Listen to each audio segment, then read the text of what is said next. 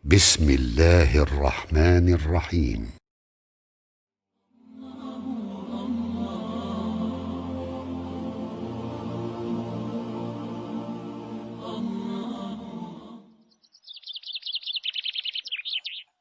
Baik, kita mulai. Bismillahirrahmanirrahim. Assalamualaikum warahmatullahi wabarakatuh. Alhamdulillah. Hamdan katsiran thayyiban mubarakan fihi kama yuhibbu rabbuna wa yarda. Asyhadu an la ilaha illallah wahdahu la syarika lahu wa asyhadu anna Muhammadan abduhu wa rasuluhu amma ba'd. Baik. Kita lanjutkan seperti biasa di awal Ana butuh satu atau dua peserta yang membaca dari bait ke-60 sampai 68.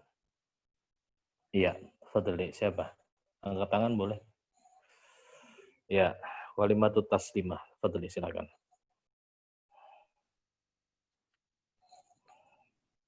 Qala mu'allifu rahimahullahu ta'ala, Bismillahirrahmanirrahim, wa in talaqayal bayanu lazimu, anqadha dhahraka ya'addu dhalimu, wa dhurra ma'wa'as sama'a fawqumu, wa saffiha jibahuhum alayhimu, wa adhhiril ghunnata min nunin wa min mimin idha ma shuddida wa akhfiyan, al-mima in taskun bi ghunnatin lada, ba'in 'alal mukhtari min ahlil ada, wa adhiranha 'inda baqil ahrufi, wahdhar lada wawin wa fa'an takhtafi. Sampai ayat bait berapa, Ustaz? 68.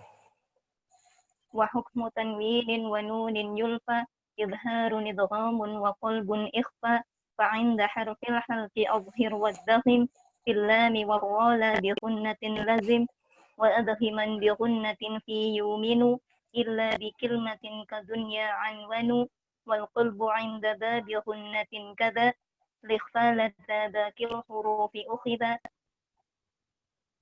6. Ya, satu orang lagi, silakan.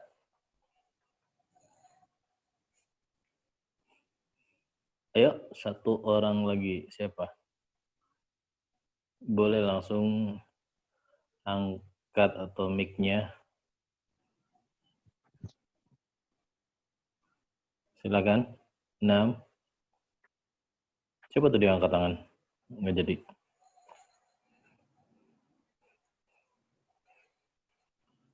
Yang belum baca, yang belum pernah baca boleh. Yang udah baca, baca lagi nggak apa-apa. Bait ke-60 sampai 68. Ya, Ihsan Nur Yulia, Fadli.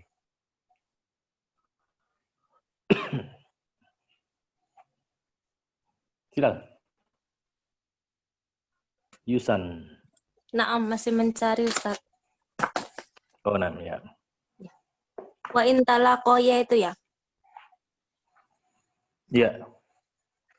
Wa in talaqaya bayanu lazimu an qada dhahraka ya'addu dhalimu wasturra ma'adatta ma'afattumu wasafiha jibahuhum alaihimu babul mimi wan nunil musyaddadataini wal mimus sakinati wa adhiril ghunnata min nuni wa min mimin idza ma syuddida wa akhfiyan al-mima in taskun bi ghunnatin lada ba'in ala mukhtari min ahlil ada wa adhiranha inda baqil ahrufi wahdar lada wawin wafa'an takhtafi. Babu hukmu tanwini wa nuni sakinati wa hukmu tanwinin wa nuni yulfa idharun idghamu wa qalbun ikhfa fa inda harfil halqi adhir waddagim fil lami warrala bi ghunnatin lazim wa adaghiman bi ghunnatin fi yuminu illa bi kilmatin kadunya anwanu wal qalbu indal babi ghunnatin kadha lakhfa lada baqil hurufi ukhida. 6. Baik, barakallahu fiik. Ya. Kemarin kita sudah menyelesaikan bab huruf dhad dan dha, ya.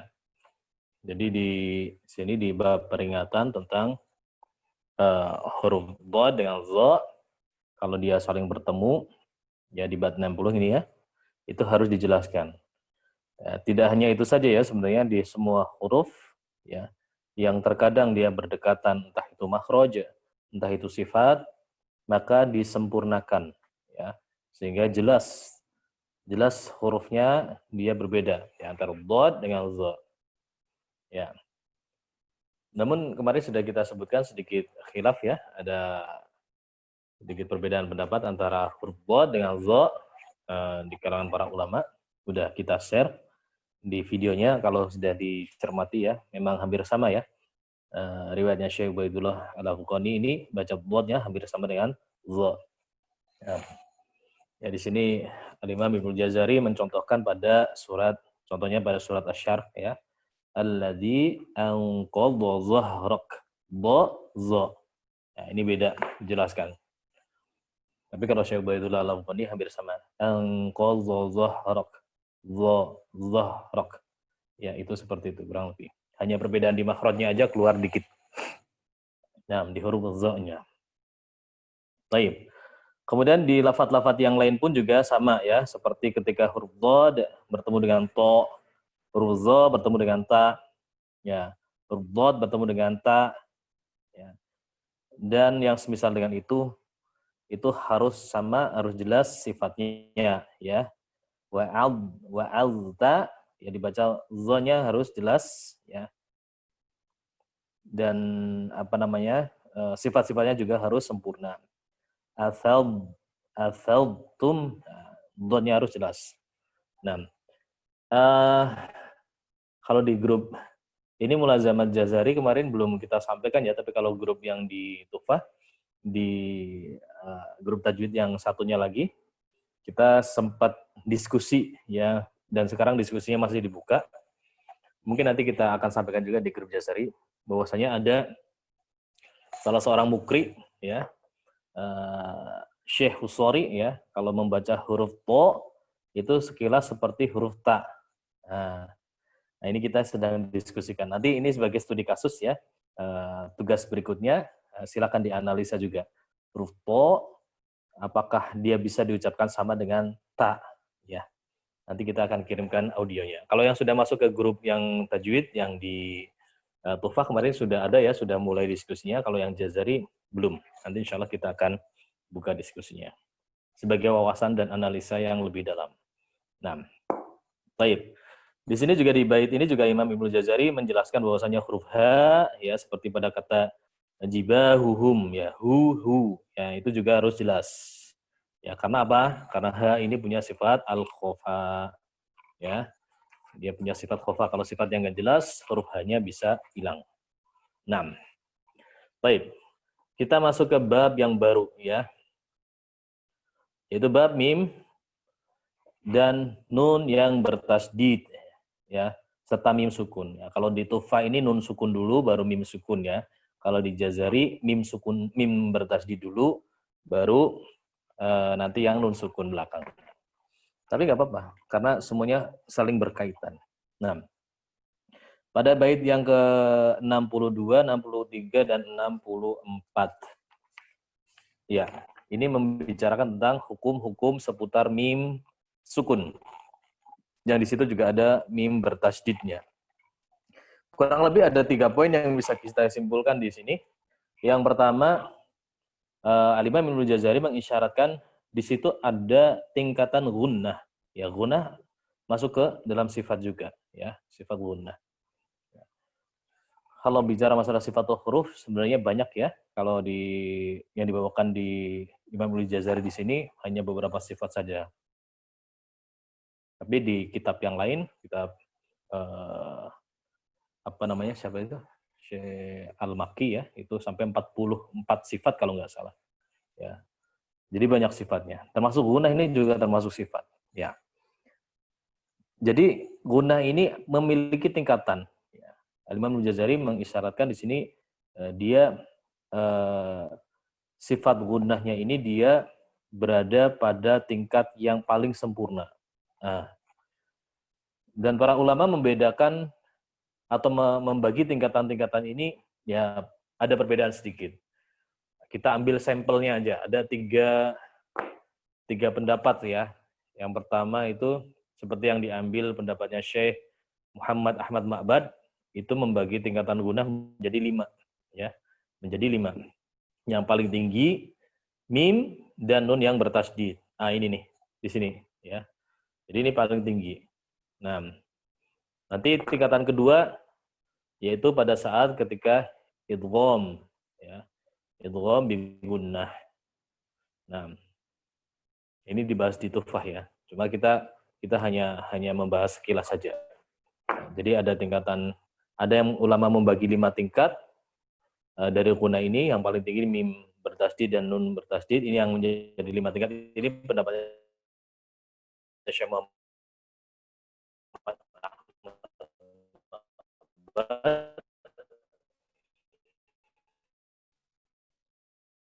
Nanti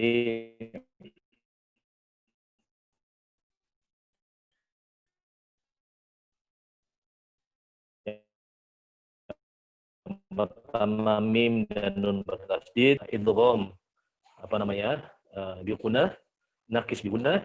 Kemudian yang tingkatan ketiga yang semisal dengan itu adalah pada saat ikhfa ya. Iklab juga masuk. Yang keempat ya nun dan sukun, mim dan nun yang sukun. Yang kelima adalah pada saat mutaharik yang berharokat. Nah, ini Aiman Rusdi Suwaid itu hanya membagi menjadi 4 tingkatan ya, menjadi 4 tingkatan. Jadi yang mim dan nun yang bertasydid itu digabungin dengan idgham ya.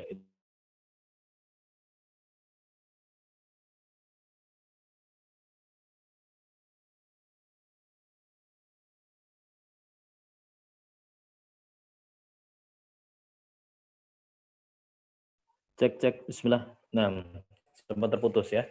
Kontrol sinyalnya kurang. Oh ya, cuma dapat 2. Diulang Ustaz. Tadi terputus. Iya. Yang terputus Ana ya. Nah, ya jadi tingkatan gunah menurut Syekh Muhammad Ahmad Ma'bad ya itu dibagi menjadi 5 tingkat.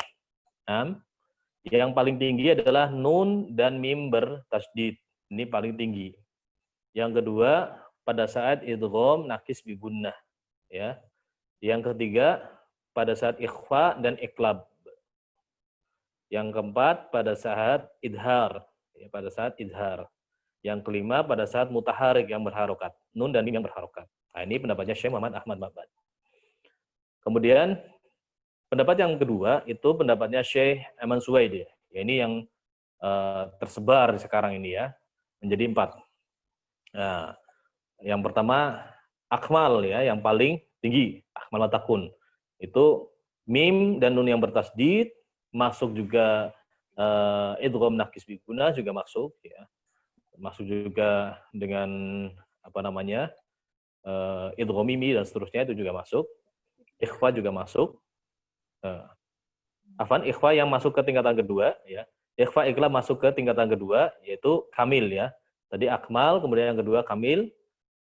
Itu ada ikhfa dan iklab. Kemudian yang tingkatan ketiga nakis ya. Gunnah nakiso itu pada kondisi izhar ya, pada kondisi izhar. Kemudian yang kondisi keempat ankos ya itu pada kondisi mutaharik berharokat. Nah, ini pendapatnya Syekh Aiman Suwaid, Aiman Rusdi Suwaid, Dr. Aiman Suwaid. Nah, kemudian pendapat yang lain itu ada yang disampaikan oleh Syekh Utsman Murad ya dalam Salsabilus Syafi'nya. Beliau hanya membagi menjadi 2 aja, kamilah dan nakisoh ya. Kamilah ya masuknya di dalamnya adalah nun dan mim bertasydid, idgham, ikhfa, iklab itu maksudnya kamilah ya. Tapi kalau izhar dia masuknya ke nakisoh. Udah itu aja. Nah, di sini pada bait yang ke-62 disampaikan bahwasanya mim dan nun yang mim di sini nyebutinnya min ya.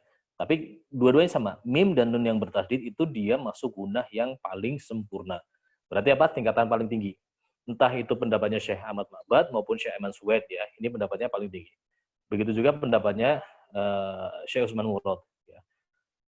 Nah, paling tinggi itu maksudnya gimana? Paling tinggi itu maksudnya adalah gunnahnya paling sempurna ya.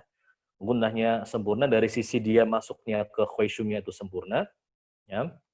Dan juga kadarnya itu pun dia paling panjang. Kalau misalkan tadi dibagi menjadi 5, berarti dia lebih panjang sedikit. Nah, tapi kalau misalkan kita mau ambil pendapatnya Syekh Mansur, berarti kadarnya sama dengan idgham ya, sama dengan idgham.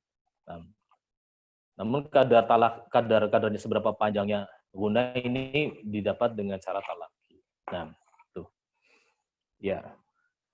Ini poin pertama, ada tingkatan gunnah. Kemudian poin yang kedua di sini disebutkan bahwasanya hukum mim sukun. Ya. Kita sudah maklum ya, sudah banyak mengenal bahwasanya mim sukun ini hukumnya cuma 3. Yang pertama di sini disebutin apa? Mim yang bertasdid tadi, atau kenalnya apa? Idgham mimi ya, mim bertasdid. Nah, ya, mim yang bertasdid. Hukum yang kedua apa? Mim ketika bertemu dengan huruf ba, ikhfa syafawi. Ini di sini ikhfa syafawi ini contohnya apa? Tarmihim bihijarah. Mim sukun bertemu dengan ba. Ada 2 cara pelafatan ya, cara mengucapkan ikhfa syafawi ini. Dan ikhfa syafawi cara pengucapannya sama dengan iqlal, hukum nun sukun yang akan kita bahas. Ya, cara pertama yaitu dengan idbaq, intibaqus syafatan, yaitu dengan menutup dengan lembut. Nah, di bab yang awal-awal kita sudah pernah singgung bahwasanya huruf ini punya timbangan ya. Bahwasanya mim dia itu kalau ditimbang dia termasuk huruf yang sedang. Jadi nutup bibirnya itu sedang. Ketika terjadi ikhfa syafawi ini maka kadar menutupnya ini yang menempelnya makhrajnya ini sedang dilebarin sedikit menjadi lembut. Ya diturunkan menjadi lembut. Ya. Dari sedang menjadi lembut. Jadi nekannya cuma lembut aja. Ya.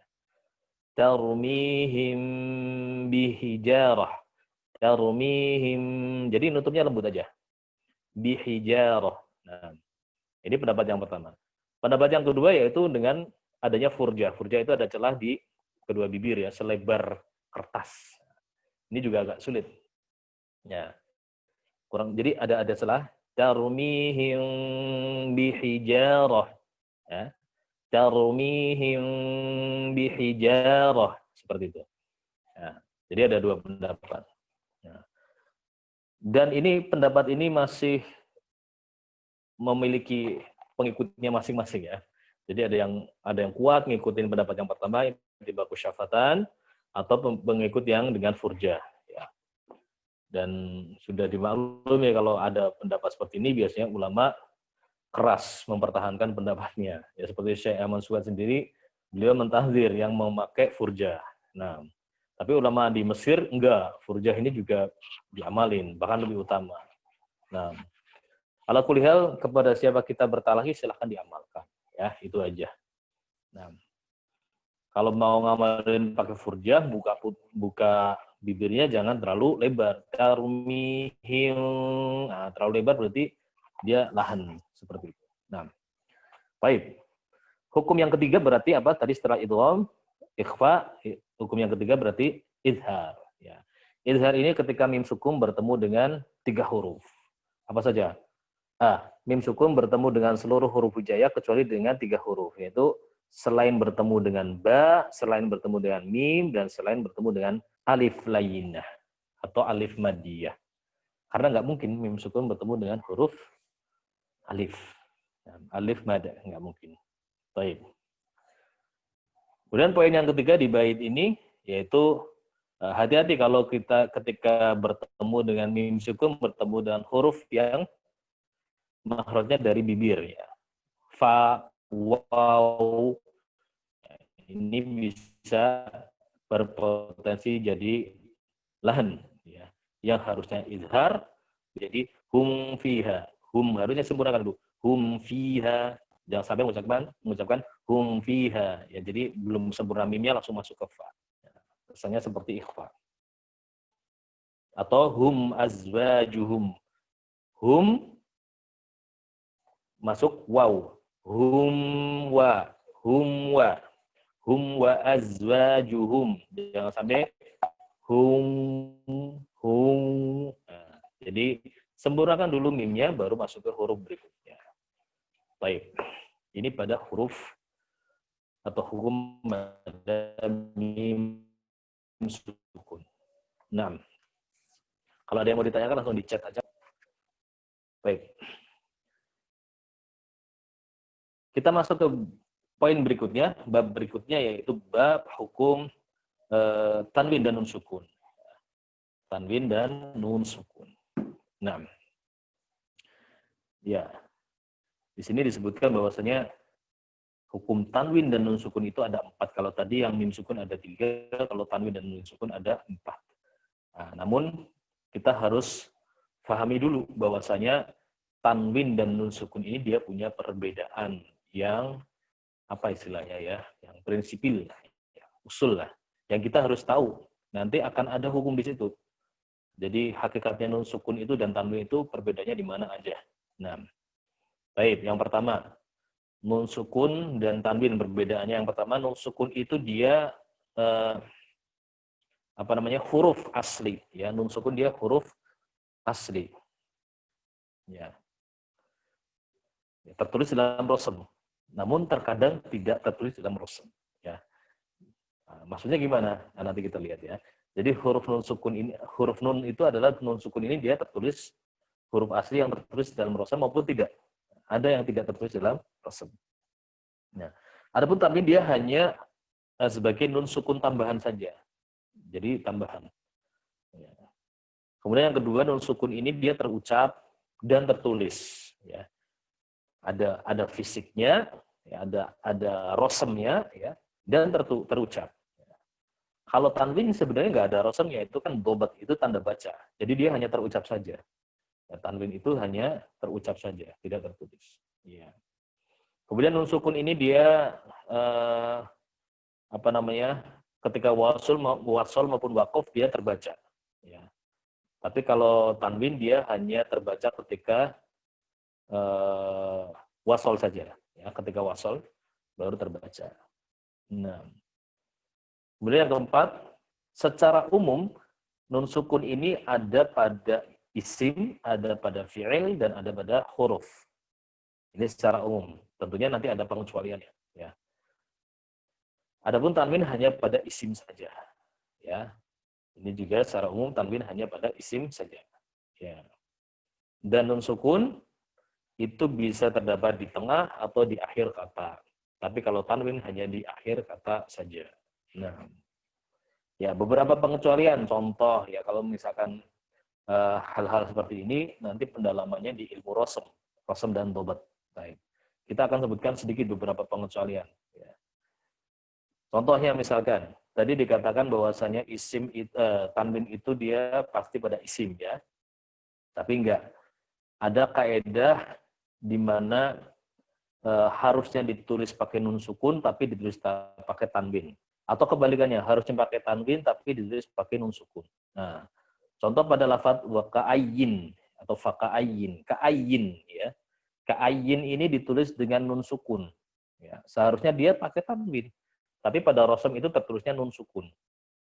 Nah, maka ada hukumnya nggak? Iya, berpengaruh. Ya, karena aslinya dia pakai tanwin, tapi ditulisnya pakai nun sukun. Salah satu hukumnya apa? Cara bacanya beda.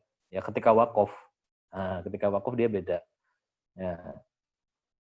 Jadi para imam, misalkan imam qiraat ya, itu kebanyakannya dia membaca dengan nun sukun. Jadi kalau wakof ya ayyin pakai nun. Ya. Tapi Imam Abu Amr, beliau kalau wakof dia tidak membaca nun sukunnya karena masih menganggap dia itu pakai tanwin. Jadi kalau wakof dia bacanya waka'ay. Nah, begitu ya. Jadi dihilangkan.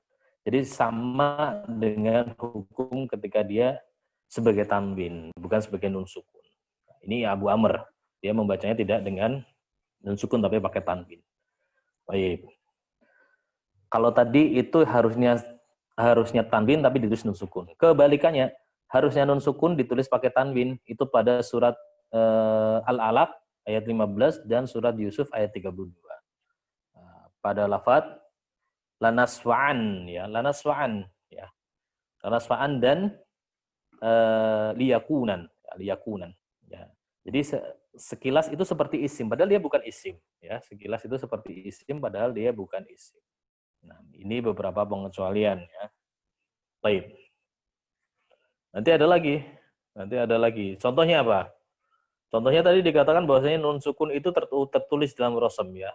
Nun sukun ini tertulis dan terucap. Nah, tapi ada yang seharusnya dia tidak tertulis tapi terucap. Ya, contoh pada surat apa? Al-Anbiya ya. Al-Anbiya. Pada lafadz nunji. Nunji ditulisnya hanya nun dan jim ya. Ya. Nuji kalau misalkan aslinya seperti itu. Nah, di situ ada, kalau dilihat di mushaf itu ada nun sukun kecil, ada nun, huruf nun kecil ya di atasnya. Nah, itu maksudnya apa? Itu dhabt, itu tanda baca. Dia ada nun sukun yang tidak tertulis di dalam rosem.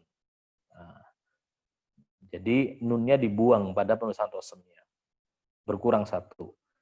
Harusnya nunji, tapi dikurangi satu. Nah, harusnya 2 nun, tetapi ditulis 1 nun. Nah, begitu ya. Kebalikannya ada nggak? Ada. Yang harusnya cukup ditulis 1 nun, tapi bukan. Bisa ditulis 1 nun, bisa ditulis dengan 2 nun. Tetapi para imam ahlu rosem menetapkan bahwasanya yang apa namanya, penulisan kata ini ditulis dengan 2 nun, yaitu pada surat Yunus 14 pada lafadz linanzura, dan surat Ghafir 51 pada lafadz lanansura. Nah, itu harus bisa ditulis dengan 2 nun, bisa ditulis dengan 1 nun. Ya, tapi para ulama ahli rosem memilih dengan menulis 2 nun. Kalau tadi yang nunji itu dikurangi 1 nun, ya, ditulis dengan 1 nun. Kalau yang ini ditulis dengan 2 nun. Nah, ini kaidah-kaidah seperti ini ada di ilmu rosem dan dhabt. Baik. Bab tanwin dan nun sukun. Tadi sekilas tentang tanwin dan nun sukun ya. Masuk ke hukum yang pertama ya. Hukum yang pertama yaitu adalah izhar ya, nun sukun atau tanwin ya. Hukum yang pertama ada izhar. Nah, mudahnya izhar ini ada beberapa macam. Tadi di bab mim sukun sudah disebutkan juga ada izhar ya, izhar syafawi namanya, berarti udah dapat 1. Kemudian sekarang ada izhar halqi. Izhar halqi itu nun sukun dan tanwin, nun sukun atau tanwin bertemu dengan huruf-huruf halq ya. Dari hamzah, ha, ain, ha, ghain, kha. Namun ini pun ada pengecualiannya ya. Ini jumhur ulama seperti itu. Itu disebut izhar halq. Tapi Abu Ja'far Al-Madani mengeluarkan huruf ghain dan kha, nah, dia tidak diizharkan. Ya. Abu Ja'far Al-Madani membaca ketika nun sukun atau tanwin bertemu ghain dan kha, dia diikhwakan. Min khauf tidak dibaca izhar tapi dengan ikhfa. Min khauf. Nah, ini bacanya Abu Ja'far. Ya, ada pengecualian. Nah, namun bacanya kita Hafiz Asim dia pakai izhar lah ya. Baik. Nah, izhar halqi yang kedua. Kemudian ada yang ketiga yaitu izhar mutlaq. Ya. Izhar mutlaq. Nah. Ya, ada pada kata apa? Izhar mutlaq ini sinwan, pinwan, ad-dunya, bunyan. Nah, kenapa disebut sebagai izhar mutlaq? Karena nun sukun dan tanwin ini berada dalam satu kata. Ya. Padahal syaratnya terjadi idgham itu terjadinya dalam dalam satu kata nun sukun dan tanwin bertemu dalam satu kata ini harusnya diidghamkan ya, harusnya diidghamkan. Tetapi pada kata sinwan ya itu kan satu kata, qinwan satu kata, itu dia tidak terjadi, tidak dibaca dengan idgham, tapi dia dibaca dengan izhar secara mutlak. Ya. Nah, nanti kalau kita baca hukum selanjutnya yang idgham nanti insya Allah akan kita pahami. Nah. Baik, yang keempat yaitu izhar riwayah. Izhar riwayah Disebut idhar riwayah karena di riwayat tertentu membacanya dengan cara idhar. Ya. Contoh di riwayatnya Hafs an Asim. Di awal surat Al-Qalam dan awal surat Yasin. Hanya ada di dua tempat ini. Ya. Nun wal qalam. Nun wal qalam. Ya. Itu kan dalam satu ayat ya. Nun wal qalam. Nah, ada nun sukun bertemu dengan huruf waw, ya, nun sukun bertemu dengan huruf waw, ya. Seharusnya dia diidghamkan, Nah, harusnya dibaca nun wal qalam.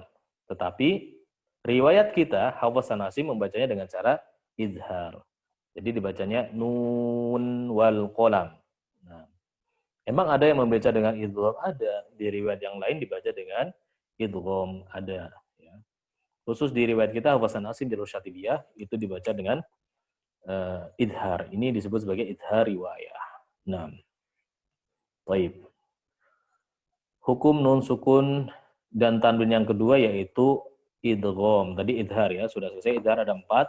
Idhar syafawi, idhar halqi, idhar mutlak, dan idhar riwayah. Nah, idhar halqi tadi ada pengecualian, qiraahnya Abu Ja'far, dia membaca ketika bertemu dengan ghain dan kha, dia dibaca dengan cara ikhfa, tidak diizharkan. Nah, kemudian idgham. Idgham nun sukun dan tanwin, syaratnya apa? Pertama, nun sukun atau tanwin, adanya nun sukun atau tanwin. Yang kedua, bertemu dengan huruf-huruf yarmaluna, ya, ro, mim, lam, waw, dan nun. Nah, yang ketiga, syarat yang kedua dalam 2 kata. Ya. Syarat yang ketiga dalam 2 kata. Nah, contohnya, faman ya'mal. Ya. Dibaca, nun sukun bertemu dengan ya. Dalam 2 kata. Faman ya'mal. Dibaca, famay ya'mal dengan idgham. Nah, min waro'a. Min waro'a. Dan seterusnya. Itu dibaca dengan idgham. Idgham, kalau misalkan kita mau detailkan lagi, ya ada beberapa sisi ya. Jadi dilihat dari ada tidaknya gunnah, ada idgham bi gunnah, dan ada idgham bila gunnah. Dilihat kesempurnaan masuknya huruf yang pertama ke huruf kedua, ada idgham naqis, ada idgham kamil. Ya. Kalau dilihat dari sisi harokatnya, yang kemarin di bab di mislan itu sudah kita bahas, berarti ada idgham shaghir, idgham kabir, dan mutlaq. Nah, kemudian apa lagi? Dari sisi makhraj dan sifatnya, berarti ada mislan, ada mutajanisan, ada mutaqariban, ada mutabaidan. Ya, tapi mutabaidan nggak ada yang idgham, semuanya idhar. Nah, dari sisi laqab ada, dari sisi penamaan seperti idgham mimi, ba bertemu ba, idgham ba'i, dan seterusnya. Ya. Nun bertemu nun, idgham nuni, dan seterusnya. Ya. Baik. Nah, di sini ada perbedaan ya, ada perbedaan dari cara baca. Kalau misalkan dari sisi ada guna dan enggaknya, kan tadi guna dan bila guna dan idgham bi gunnah. Ya. Kalau bi gunnah, para jumhur, nun sukun atau tanwin bertemu huruf yanmu ini dengan gunnah. Kalau lam dan ro bila gunnah, ya. Ini jumhur. Tetapi pengucarian Imam Khalad, ya ini salah satu perawi dari Imam Hamzah, itu kalau nun sukun dan tanwin bertemu dengan huruf waw atau ya, itu tidak digunakan. Jadi masuknya idgham bila gunnah. Nah, contohnya apa? Fama ya'mal tadi misalkan. Ya, kalau misalkan qiraah kita kan membaca faman ya'mal dengan idgham bi gunnah. Idgham bi gunnah. Tapi kalau misalkan Imam Khalad membacanya tanpa gunnah. Jadi jangan memasukkan huruf ya ke khaisum. Faman ya'mal seperti itu. Min wara'ah menjadi min wara'. Nah, seperti itu. Ya, tidak digunakan. Ini pengecualian. Jadi nanti kalau ada yang dengerin murotal, ini kok nggak diidghamkan, ya. Nah, itu berarti salah satu cirinya mungkin saja itu qiraahnya Imam Khulad an Hamzah. Baik. Idgham. Silakan kalau ada yang ditanyakan.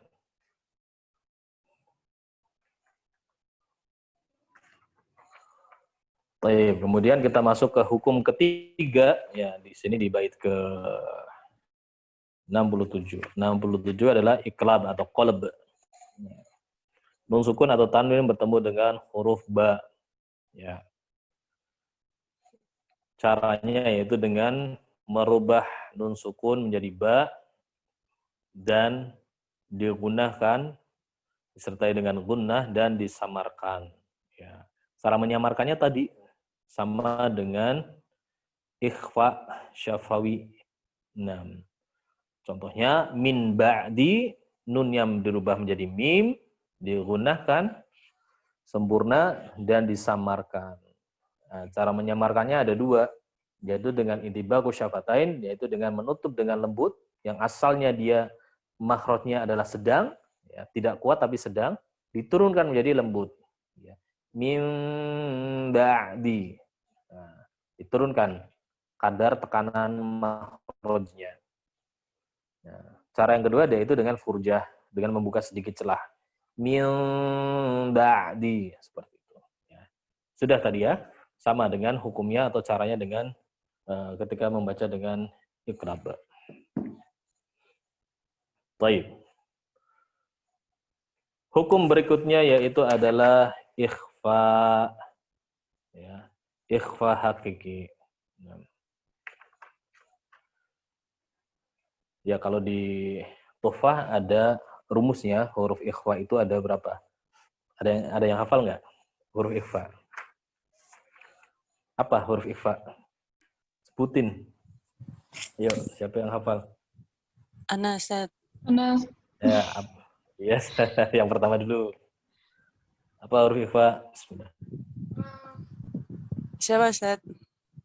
Ya, antum nanti. صف ذاتنا كم جاد شخص قد سما دم طيبا زد في تقى ظالما. Masya Allah ya. Sif sana kam jada saksun pada sama. Dum tayyiban zid fitukon. Zalima. Tayyib. Jadi pengajar Al-Quran kalau ditanya huruf ikhfa apa aja? Ya pokoknya selain ba, selain huruf idhar, selain huruf apa namanya tadi? Idgham. Nah, enggak kayak gitu ya. Jadi kalau udah jelasin huruf idgham, huruf idhar apa saja, terus iqlab apa saja, kemudian tadi idhar, idgham, iqlab, ikhfa berarti hurufnya sisanya, enggak gitu. Ya mulai dijelaskan.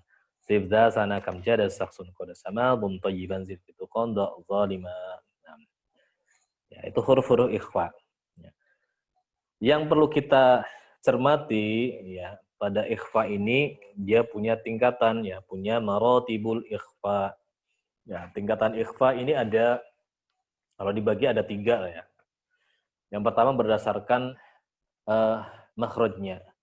Berdasarkan makhrajnya ada ikhfa yang di situ ada huruf-huruf yang dekat ya, ada yang jauh, ada yang sedang. Ya, huruf yang dekat ya, ab'ad, aqrab itu pada huruf ta, dal dan to ya.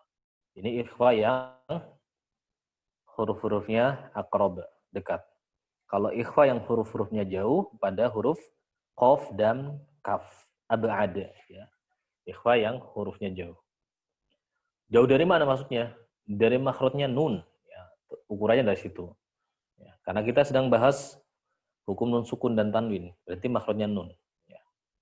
Dan kalau dilihat kan nun sukun kan dia lidahnya kan ke atas ya, an. Nah, berarti yang paling dekat dengan makhrajnya nun apa? Ya ta, dal sama to. Itu huruf ikhfa yang ta, dal, to itu paling dekat.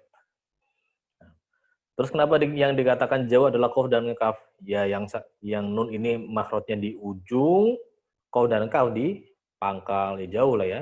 Ini dikatakan jauh. Nah, maka sisanya itu adalah huruf-huruf yang ausat, ya, huruf-huruf yang sedang pertengahan. Ini tingkatan pertama, dilihat dari makhrajnya.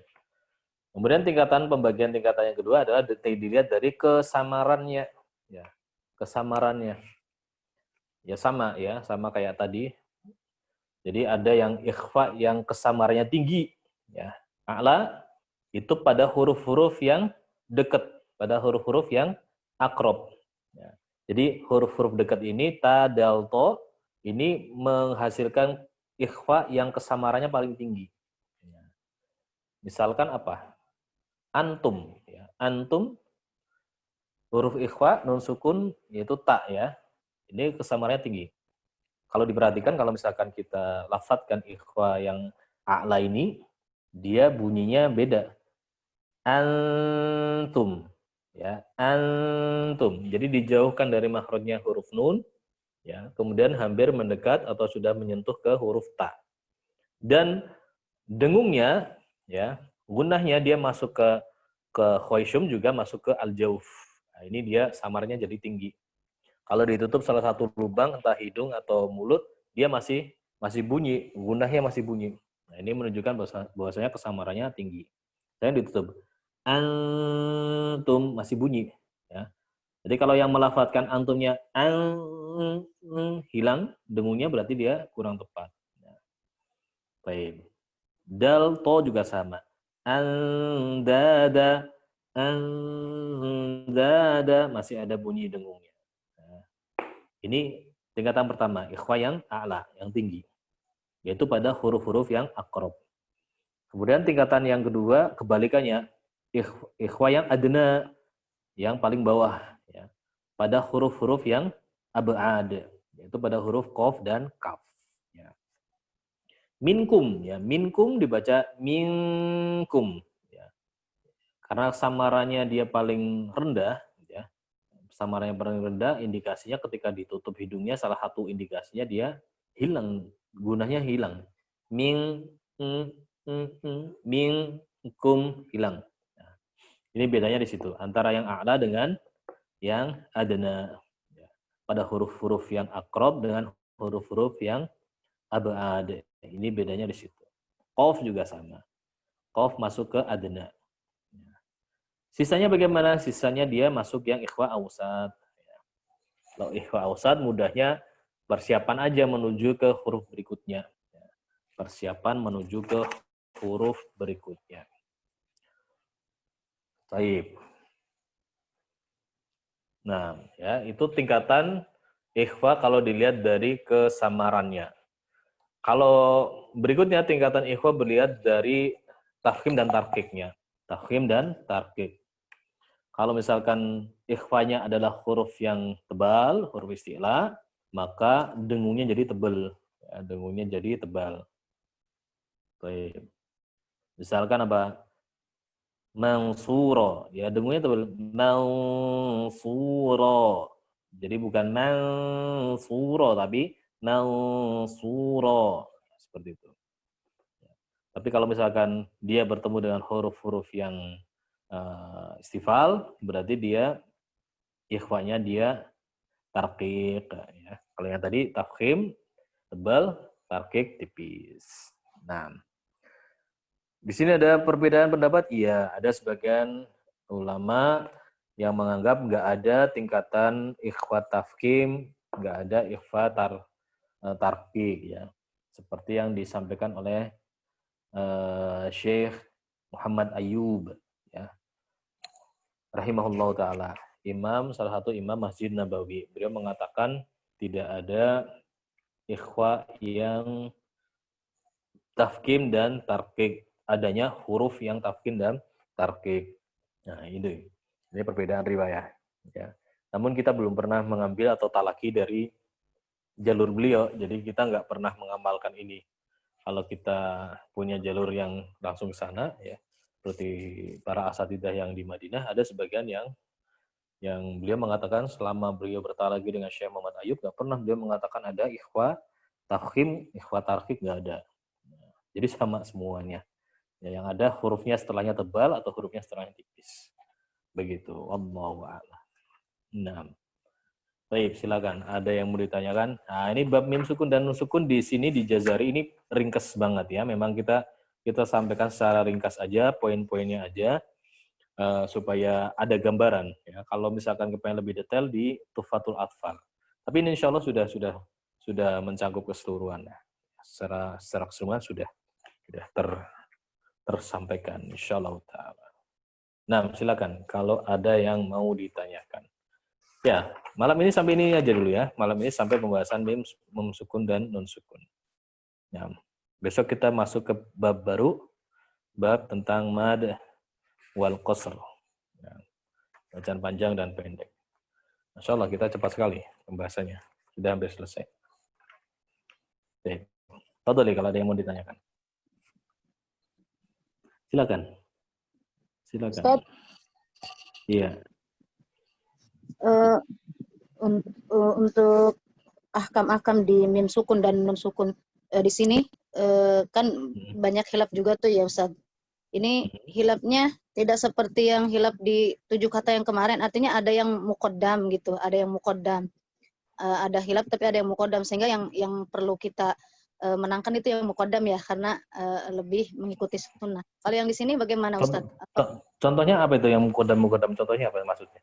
Ya seperti lafadz misr kan, ketika wasol ada yang berpendapat boleh tafkhim, boleh tarkik gitu kan Ustaz, tapi tetap yang dimenangkan adalah muqaddam. Nah, untuk perbedaan-perbedaan yang di sini nun sukun atau mim sukun dengan khilafnya ini tidak ada semacam istimbat muqaddamnya itu. Baik. Kita luruskan dulu sedikit ya. Kita luruskan sedikit masalah mana bacanya muqaddam ya. Bacaan yang muqaddam itu kalau dia di situ ada 2 wajah, 2 cara membacanya. Ya. Dan 2 cara membacanya ini benar-benar berbeda. Ya, ada berbeda dalam sisi periwayatan. Nah, contohnya misalkan kita lompat sedikit lah ya ke yang kelihatan banget. Di lafadz ni'ma kemarin sudah sempat bahwasanya itu termasuk ke idgham islan kabirnya di riwayatnya Hafs an Asim ya. Kemudian kalau kita loncat ke riwayatnya Syu'bah, itu dia punya 2 wajah ternyata. Ya ni'ma ini dia punya 2 wajah. Yang pertama dengan mensukunkan ain, yang kedua dengan ikhtilas. Kan beda banget nih ya. Yang pertama ainnya sukun ya. Yang kedua ainnya kasroh tapi ikhtilas. Kan beda banget ya. Jadi bukan hanya sekedar sifatnya aja tebal tipis, enggak. Tapi harokatnya berubah dan seterusnya. Nah, dikatakannya muqaddam itu yang dengan ain sukun ain, mensukunkan ain. Jadi dibaca ni'amma. Ini yang muqaddam. Dibaca yang wajah kedua yaitu dengan ikhtilas. Ni'imma, ikhtilas. Nah, kenapa disebut muqaddam? Dia dibaca muqaddam karena dilihat riwayatnya lebih kuat.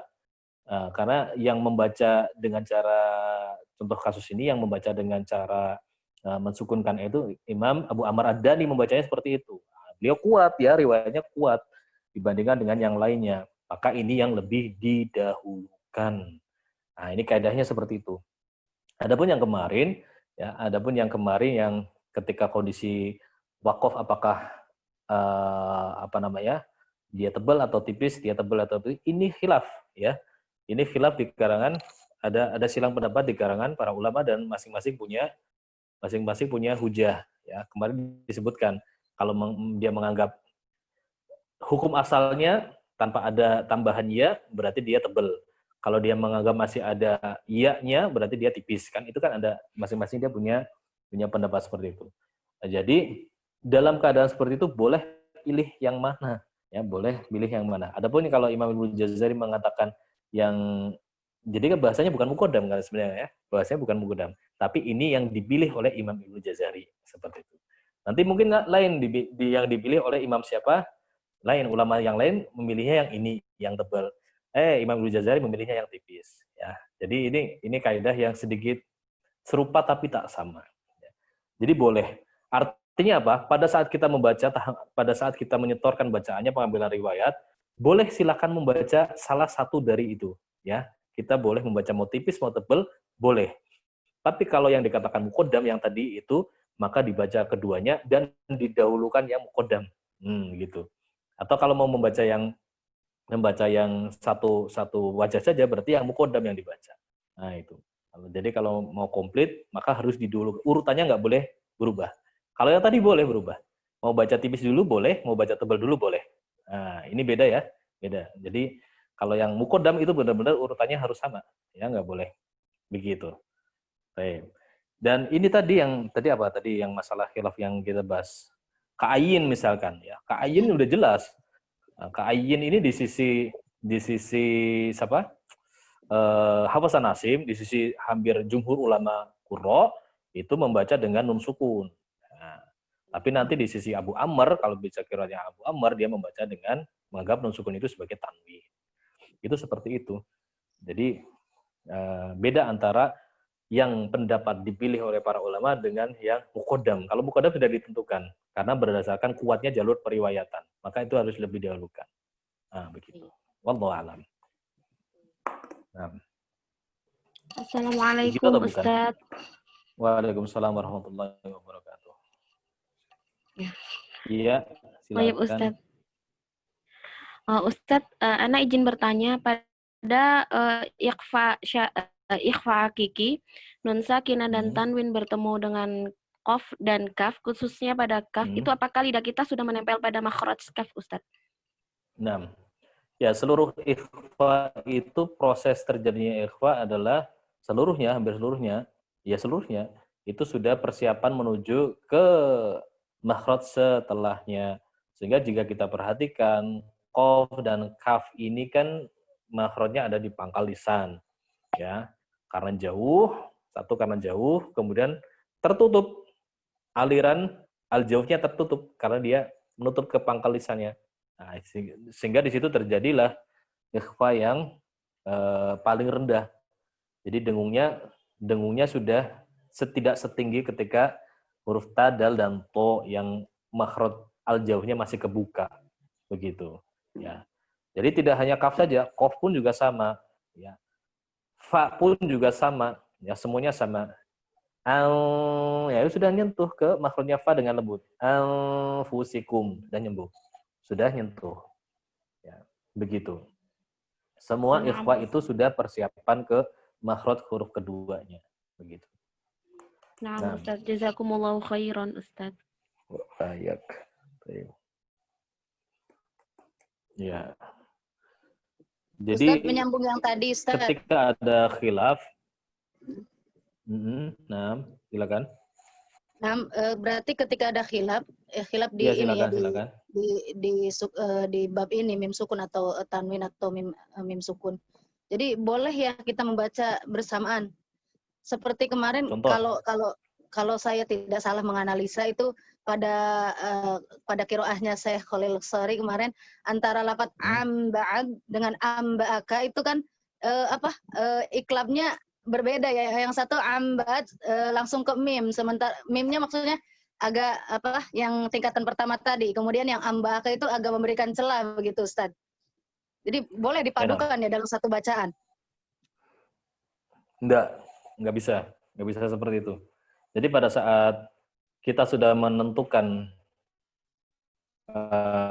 pendapat, maka kita istiqomah di situ dalam satu makro. Ya, kecuali kita itu nanti jadi lahan. Misalnya kita sudah ngambil pendapat bahwasanya iklab atau ikhwa syafawi itu kita ngambil pendapat yang furjah. Ya udah istiqomah di furjah. Pada saat kita setoran ke salah satu syekh, kita sudah ambil pendapat atau syekhnya udah nentuin. Ini yang roji pakai furjah misalkan gitu ya. Maka kita istiqomah pakai furjah. Jaga jangan sampai membuka lebar, ya. Kalau membuka lebar berarti dia lahan, atau jangan sampai nutup menjadi intibaku syafatain. Itu juga jadi lahan. Nah, jadi harus istiqomah di situ.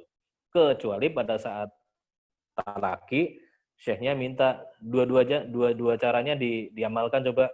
Itu pun nggak selalu gitu. Hanya di beberapa tempat aja supaya untuk melatih kemahiran muridnya ini kan seperti itu. Ya, jadi nggak bisa kita gonta-ganti seenak kita sendiri, enggak. Kita tentukan dulu, atau syekhnya akan menentukan, ya. Gurunya akan menentukan ini pendapat yang paling rojih ya di sisi kami, maka ikuti. Nah, gitu. Jadi kalau misalkan kita lagi baca satu makro gitu ya, itu istiqomah seperti itu, ya. Satu pendapat yang kita ambil, jangan dicampur-campur. Nah, Wallahu alam. Ya. Berarti yang kemarin itu mungkin ini sedang mempraktekkan barangkali Ustaz. Wallahu alam, Ana nggak tahu. Ana malah belum sempat dengerin yang itunya, belum, maksudnya denger lagi tentang iklabnya atau membandingkan iklabnya beliau atau ikhwas syafawiyahnya beliau dengan yang bacaan yang lain itu seperti apa. Belum sampai seperti itu. Yang kemarin Ana fokuskan yang po dengan ta itu aja. Ya. Lut. Nah, itu yang menjadi pembahasan kita kan di situ sebenarnya. Betul. Nah. Izin bertanya, Ustaz. Silakan, ya. Barangkali minta dicontohkan, Ustaz, ikhfa ketika bertemu huruf-huruf tafkhim, Ustaz. 7 huruf ini, Ustaz. Ya, tadi udah ya. Misalkan apa? Fansob. Nah, itu kan gitu aja. Tebel aja. Kaidahnya menebalkan huruf kan gitu. Kaidah menebalkan, atau ini kan berarti mengangkat lidah ya. Itu. Atau yang tadi angqadadhahrok ya. Angko. Jangan angko. Kalau angko jadi tipis ya, tebal kan. Angko. Jadi ingat, posisi menebalkan atau menipiskan dengung, gunnah itu harus apa ya bahasanya? Lempeng aja. Jangan tipis jadi tebal, tebal jadi tipis. Ya, misalkan minkum kan tipis terus. Jangan tebal dulu, minkum. Nah, jangan tebal ke tipis. Atau fansob, langsung tebal. Fansob. Jangan dari tipis ke tebal. Fansob. Nah, gitu. Jadi ada pergeseran antara tipis ke tebal. Ya, itu lahan juga. Ya, itu lahan. Walaupun itu lahannya khafi. Nah, jadi kalau tebal langsung tebal. Kalau tipis langsung tipis. Jazakallah khairan, Ustaz. Biasanya kalau harokat doma itu rentan nggak langsung tipis. Kuntum, biasanya kuntum. Nah, ini kan lahan itu ya. Jadi langsung tipis. Kuntum, bukan kun. Nah, itu dia ada kayak pergeseran antara tafkhim menuju tarqiq. Nah, tapi ini jalur riwayat yang kita terima. Kalau nanti talakinya sama jalurnya Syekh Muhammad Ayub, enggak, nanti mungkin beda lagi ya, Wallahu alam itu ya. Jadi kalau ini kan dianggap kita menjadi lahan ya. Nah, tapi kalau jalur Syekh Muhammad Ayub rahimahullah mungkin beda. Nah, karena beliau tidak menganggap ada ikhfa tafkhim dan ikhfa tarqiq. Begitu. Baik. Nah. Ya, jadi bab ini sudah kita simpulkan antara bab mim sukun dan bab tanwin dan nun sukun, mim sukun sudah kita simpulkan beberapa poin penting dan ada beberapa catatan termasuk pengecualian-pengecualiannya ya. Nah.